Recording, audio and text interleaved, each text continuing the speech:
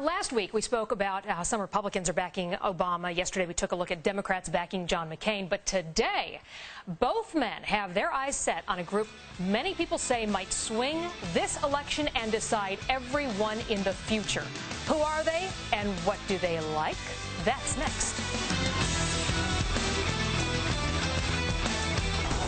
Latinos, more than 9 million of them are expected to vote in November. Political insiders say this could be the most important group in determining the election outcome, and each census shows the Latino population swelling. They are looked at as the most important minority group to woo. But it is a tricky mix. While Latinos tilt slightly to the Democrats, they often are more conservative on social issues. So who will get their vote? Joining me now is Darryl Morin with the League of United Latin American Citizens, LULAC. Thanks for being with us. Good afternoon. It's good to be here with you, Edie. I want to pick your brain because, I always hate it when people talk about a group, like there's this group think. Everybody agrees on every single issue, and they all will go the same way. Let's talk about a couple of them specifically. Immigration, illegal immigration. I know a lot of folks who came here as immigrants, but they did it the legal way, and it took them a long time. It was very hard. They do not like illegal immigrants basically jumping to the head of the line, getting what they worked so hard for. Is there a clear consensus among Latinos on the illegal immigration debate? Yes, there is, Edie, and I thank you for bringing this up as part of the segment.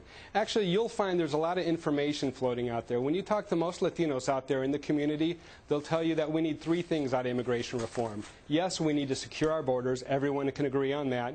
But two, we also need to make sure we put together in an immigration policy that addresses our economic needs as well as our country's commitment to human rights. So if we can get those three things, which I think are things we can build a consensus around, I think that'll answer all the problems and the questions we've been having. So who do you think has the upper hand in that between Barack Obama and John McCain? And that's the interesting dichotomy here. And you hit the nail right on the head earlier. You have here Senator Barack Obama, which Hispanics historically have been leaning towards Democratic over the years.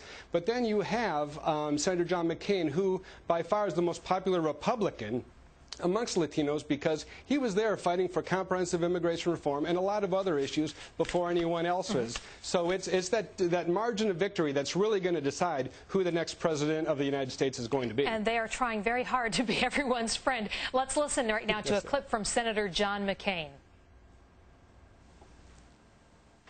I represent the great state of Arizona, where Spanish was spoken before English was.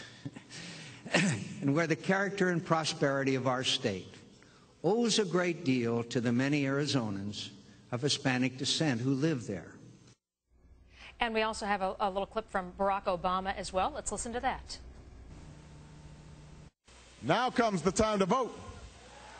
And I truly believe that if we can register more Latinos, young and old, men and women, and turn them out to vote in the fall, then not only will we change the political map, not only will I win the presidency, but you will finally have a government that represents all Americans. Will Latinos, as he predicts, be the group that turns this election and virtually every other one in the future?